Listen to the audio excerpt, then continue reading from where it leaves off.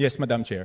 The highlight of the President's SONA was nung sinabi na mahiya naman kayo, initiative, errata for the boys SOP. So ang initiative at errata ay nanggagaling po yan sa Kongreso. Kaya nga medyo nahirapan si Sec. Ralph na sagutin kung paano nabawasan yung iba dahil talagang Kongreso po may alam yan. At dalawang pagkakataon po yan, sa BICAM at sa small committee. So I would like to ask the Chair to furnish all of the members the signed report of the small committee for 2025. Wait, bakit gumagalaw yung oras ko? Hindi naman kasama yung sagot.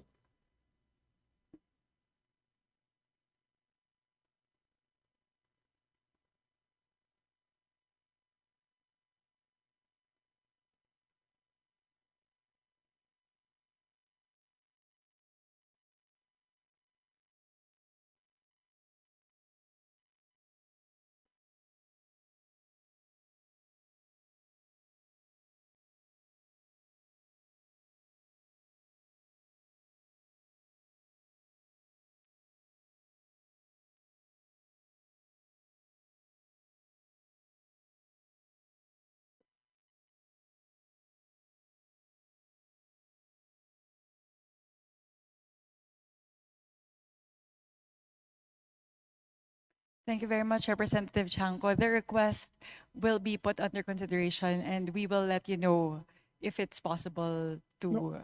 Madam Chair, why should it be put under consideration? This is of public record. This is in accordance with our rules. That all committee reports must be given to all members. And that shouldn't be taken against my time because you're telling me that, teka, balik natin yung oras ko kasi sinasabi nila that will be taken into consideration. It should not be taken into consideration. Madam Chair, allow me to read this, no? Declaration of Principles and Policies. Section number 2 of our rules. Public office is a public trust. The House of Representatives and every member thereof are accountable to the people at all times. I will not read the ending portion. Number 3, efficient and effective access to and dissemination of appropriate and accurate information are imperative in lawmaking. So why should it be taken into consideration, Madam Chair?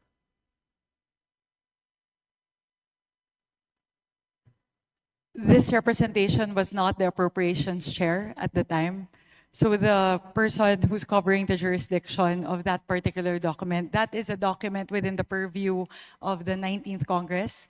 Given that we've now crossed over to the 20th Congress, we would need to consider that request. Madam Chair, that's not acceptable. This is public records. Pareho pa naman yung COMSEC natin. At yan dapat linalagay sa archives. Do I have to read the rules again regarding archives of all documents? So may ang daming violation, Madam Chair. Walang record, hindi binigay. Ngayon, it's not readily available. Walang record sa archives. Ano to, sikreto? Again, this representation was not the let's ask the appropriations committee chair. Let's ask at the the committee time. secretary, where are the signed records of the 2025 small committee report?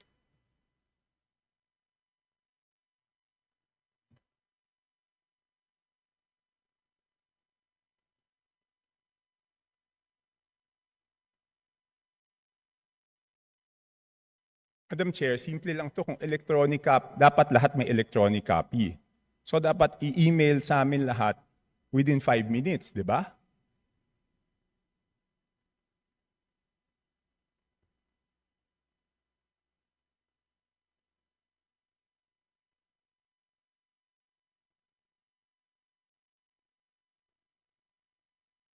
Meeting suspended.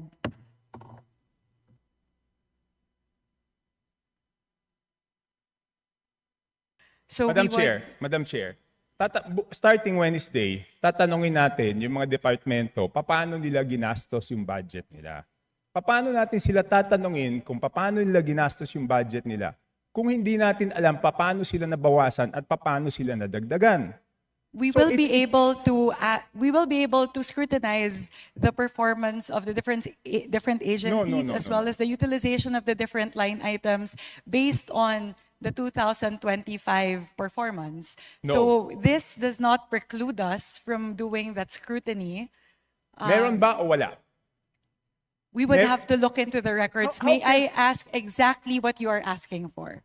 The small committee report of the 2025 budget. Let us just ask the COMSEC kung meron o wala. Kung meron, why was it not filed sa archives based on our rules 15 days after?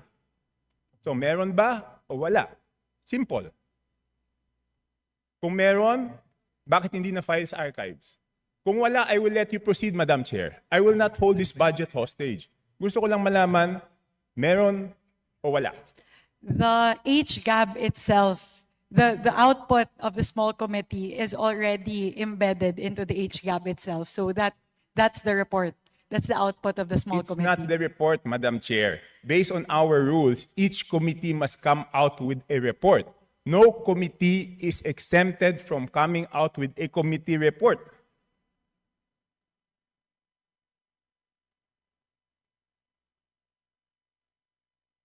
Please check Section 39 of Rule 9 of our rules.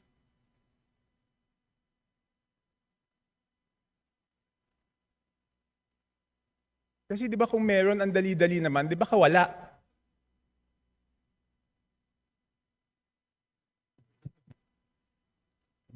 So the small committee is subsumed within the Committee on Appropriations, and it is the Committee on Appropriations who's required to submit the committee report. In this case, the report and the output of the Committee on Appropriations is the HGAB. No, it's not. The HGAB is different from a committee report. Just like any other bill, the bill is different from the committee report. There must be a committee report included to the bill. It is not one and the same. At the point of after the committee hearings are done, the Committee on Appropriations comes out with a committee report, and then it moves to plenary, at which point we approve it and the small committee works. So now the output of the Committee on Appropriations, once that is elevated to the plenary, is the HGAB. No. So there's no other committee report that needs to be furnished by the Committee on Appropriations apart from the HGAB itself. It is not exempted from our rules, Madam Chair. Maliwanag, Section 39. Gusto niyo basahin niyo? Okay, I will ask the committee secretariat, how many meetings were held?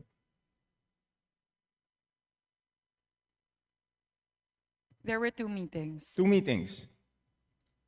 Did you follow, nasaan yung minutes ng meetings?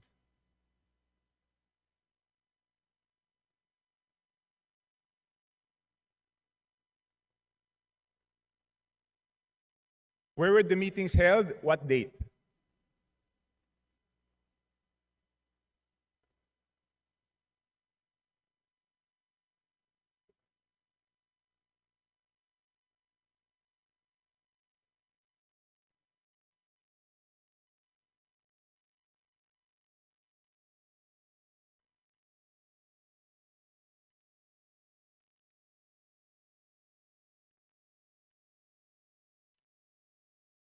Madam Chair, I can read Section 39 of our rules to make it clear that the committee report is different from the HGAB, but I don't want it to take up my time.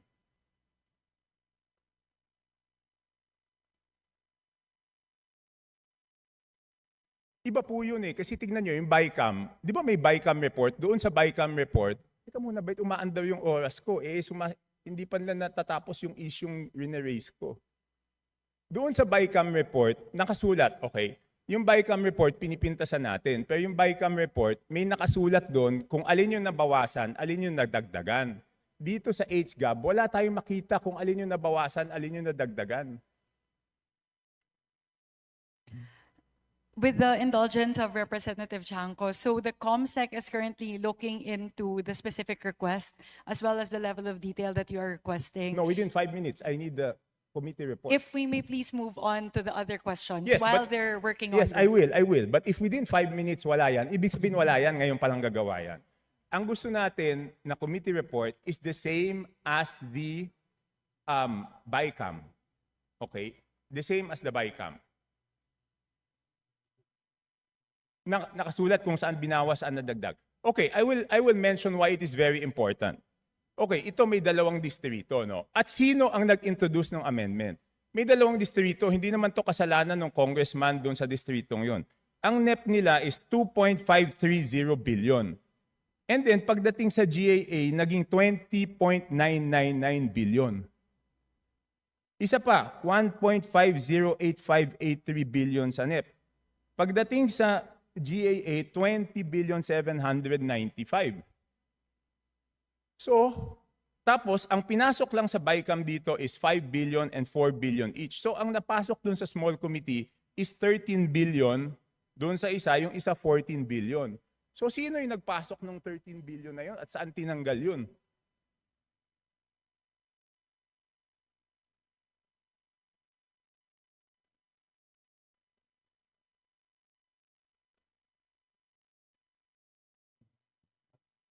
So again, the small committee is subsumed within the Committee on Appropriations, and it is not required to render a No, no, no, separate no, I committee didn't- report. The rule that you are citing, Honorable Chanco, pertain to standing committees.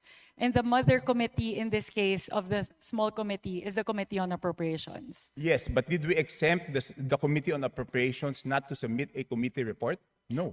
Again, the committee report of the Committee on Appropriations at the plenary level is the HGAB itself. Yeah, but all meetings, dito sa ating rules, all meetings must be on record. So it's not only the committee report, dapat yung small committee na yon, meron silang report na finurnish lahat.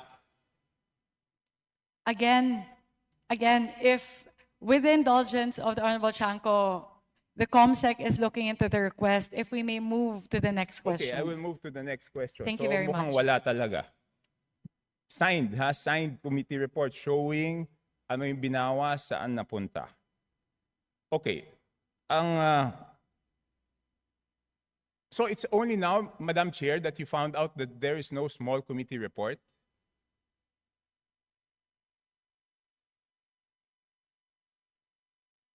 Madam Chair, it's only today that you found out that there's no small committee report?